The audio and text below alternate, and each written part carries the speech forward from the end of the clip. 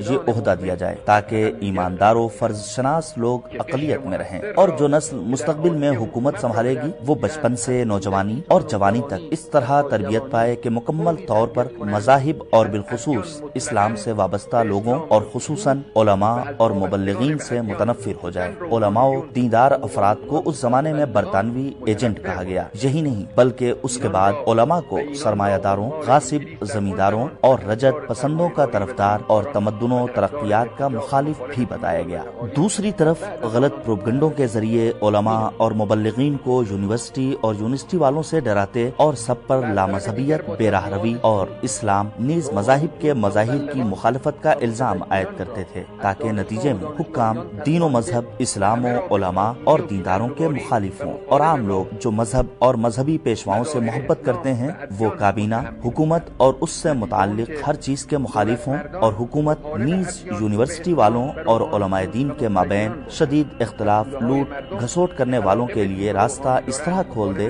کہ ملک کے تمام شعبے ان کے تحت تسلط ہوں اور قوم کے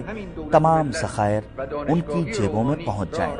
جیسا کہ آپ نے دیکھا کہ اس مظلوم قوم پر کیا گزری اور کیا گزرنے والی تھی۔ اب جبکہ خداوند عالم کی مرضی اور علماء نیز یونیورسٹی کے اراکین سے لے کر تاجروں، مزدوروں، کسانوں اور دیگر طبقات پر مشتمل قوم کی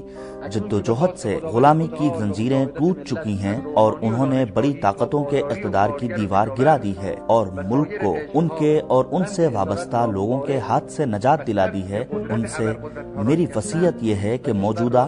اور آئندہ نسلیں غفلت سے کام نہ لیں اور یونیورسٹی کے اراکین اور عزیز و کارآمد جوان علماء اور اسلامی علوم کے طالب علموں سے دوستی و ہم آہنگی کے رشتے کو زیادہ مستحکم اور مضبوط بنائیں۔ غدار دشمن کے منصوبوں اور سازشوں سے غافل نہ رہیں، اور جیسے ہی کسی فرد یا جماعت کو دیکھیں جو اپنے قول و عمل کے ذریعے نفاق و اختلاف کی کوشش میں مصروف ہے تو اس کی ہدایت و نصیحت کریں، اور اس کا اثر نہ ہو تو اس سے روگرداں ہو جائیں، اس کو الگ تھلگ کر دیں اور سازشوں کے جڑ پکڑنے کی اجازت نہ دیں، کیونکہ ابتدا میں آسانی سے روک تھام کی جا سکتی ہے۔ خاص طور پر اگر اساتذہ میں کوئی ایسا شخص نظر آئے جو انحراف پیدا کرنا چاہتا ہو تو اس کی ہدایت کریں، اور اگر ہدایت نہ پائے تو اسے اپنی بزم سے دور کر دیں اور تدریس سے روک دیں۔ میری اس وصیت کے زیادہ تر مخاطب علماء دین اور دینی علوم کے طالب علم ہیں، کیونکہ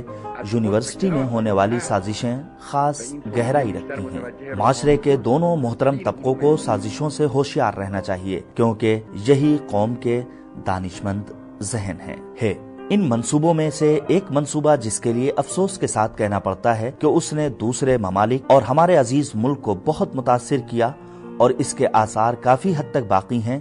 استعمار کے اپنے زیر اثر ممالک کو اپنے آپ سے بیگانہ کرنا ہے اور ان کو اس طرح مغرب پرست اور مشرق پرست بنانا ہے کہ اپنے آپ کو اور اپنی ثقافت اور طاقت کو بالکل بھول بیٹھے۔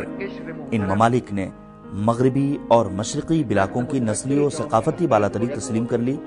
دو طاقتوں کو اپنا قبلہ جانا اور انہی دونوں میں سے ایک سے وابستگی کو اپنے ناقابل اجتناب فرائض میں شامل کیا۔ اس غم انگیز واقعے کی داستان طویل ہے اور اس سے پہنچنے والے نقصانات جو اب بھی پہنچ رہے ہیں جان لیوا اور سخت ہیں۔ اس سے زیادہ غم انگیز بات یہ ہے کہ ان سامراجیوں نے اپنے زیر اثر ستم رسیدہ اقوام کو ہر چیز میں پیچھے رکھا اور ان کے ملکوں کو تجارتی منڈی بنا دیا۔ انہوں نے ہم کو اپنی ترقیات اور اپنی شیطانی طاقتوں سے اتنا زیادہ خوفزدہ کر دیا ہے کہ ہم کسی بھی تخلیقی کام کی ہمت نہیں کرتے۔ اپنی ہر چیز، اپنی سرنوشت اور حتیٰ اپنے ملکوں کو ان کے سپرد کر کے ہمیں تنگوش ان کے احکامات کے تابعدار ہیں۔ یہ مصنوعی کھوکھلاپن اور توہی مغزی اس بات کا سبب بنی ہے کہ ہم کسی کام میں اپنی فکر و دانش پر بھروسہ نہ کریں اور مشرق و مغرب کی اندھی تقلید نہ کریں، بلکہ اگر ثقافت، ادب، صنعت اور جدت تھی بھی تو مغرب پرست اور مشرق پرست غیر مہذب قلمکاروں اور مقرروں نے اس قدر نکتہ چینی کی اور مضحکہ اڑایا کہ ہماری فکری استعداد ہمیشہ کے لیے دب کر رہ گئی اور آئندہ کے لیے ہمیں مایوس کر دیا، اور آج بھی ایسا کر رہے ہیں۔ ان کے برخلاف غیروں کے آداب و رسوم کو، خواہ وہ کتنے ہی خراب اور گرے ہوئے کیوں نہ ہوں، قول و فعل اور تحریروں کے ذریعے رائج کر رہے ہیں اور ان کی تحسین و تعریف کے ساتھ اقوام پر مسلط کرتے پھر رہے ہیں۔ مثال کے طور پر اگر کسی کتاب، تحریر یا تقریر میں کچھ یورپی الفاظ ہوں تو ان کے مطالب پر توجہ دیے بغیر حیرت کے ساتھ قبول کر کے ان کے بولنے یا لکھنے والوں کو دانشور اور روشن خیال سمجھتے ہیں۔ اگر گہوارے سے قبر تک ضروریات زندگی کے نام مغربی اور مشرقی زبان کے ہیں تو اسے پسندیدہ اور قابل توجہ نیز ترقی و تمدن کی علامت سمجھا جاتا ہے، اور اگر اس جگہ مقامی الفاظ کا استعمال ہوا ہو تو مسترد اور رجت پسندانہ قرار دیا جاتا ہے۔ ہمارے بچے اگر مغربی نام رکھیں تو افتخار، اور اگر مقامی نام رکھیں تو شرمندگی اور پسماندگی کا احساس کرتے ہیں۔ سڑکوں، گلیوں اور دکانوں، کمپنیوں، دواخانوں، لائبریریوں، کپڑوں اور دیگر چیزوں کے ناموں کو خواہ وہ ملکی میں بنی ہوں غیر ملکی ہونا چاہیے تاکہ لوگ اس سے راضی ہوں اور اسے قبول کریں۔ سرتپا مغربیت اور تمام نشست و برخاست معاشرت اور زندگی کے تمام شعبوں میں مغرب پرستی فخر اور سربلندی نیز تمدن و ترقی کا باعث ہے، اور اس کے مقابلے میں اپنے آداب و رسوم قدامت پرستی اور پسماندگی ہیں۔ ہر بیماری و علامت میں خواہ ملک کے اندر قابل علاج اور کتنی ہی معمولی کیوں نہ ہو، بیرون ملک جانا چاہیے اور اپنے ڈاکٹروں اور دانشور اطباء کی مذمت کرنی چاہیے اور اس طرح انہیں مایوس کرنا چاہیے۔ برطانیہ، فرانس، امریکہ اور ماسکو جانا بہت فخر کی بات ہے،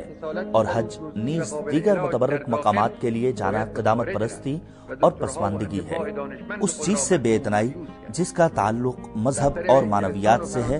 روشن خیال اور تمدن کی علامت ہے، اور اس کے مقابلے میں ان امور کی پابندی پسماندگی اور قدامت پرستی کی نشانی ہے۔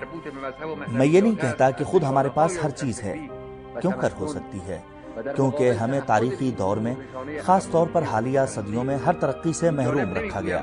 اور خائن حکام مملکت اور خاص طور پر پہلوی خاندان نیز ملکی کامیابیوں کے خلاف غیر ملکی تشہیراتی مراکز نے اور ہماری احساس کمتری نے ہم کو ہر ترقی کے لیے کوشش سے محروم کر دیا ہے۔ ہر قسم کے مال کا درآمد کرنا خواتین اور مردوں خاص طور پر جوان طبقے کو مختلف قسم کی درآمداتی اشیاء مثلا میک اپ کے وسائل، زینتی اور تجملاتی اشیاء اور بچکانہ کھیلوں میں مشغول کرنا، خاندانوں کو مقابلے پر مجبور کرنا اور زیادہ سے زیادہ اشیاء صرف کا محتاج بنانا جو خود غم انگیز داستانوں کا حامل ہے، اور بدکاریوں اور عیاشیوں کے اڈوں کو فراہم کر کے ان جوانوں کو تباہی کی جانب لے جانا جو سماج کے فعال فرد ہیں، اور اس قسم کی سوچی سمجھی دسیوں مصیبتیں ہیں جو ممالک کے پسماندہ رکھنے کے لیے کافی و وافی ہیں۔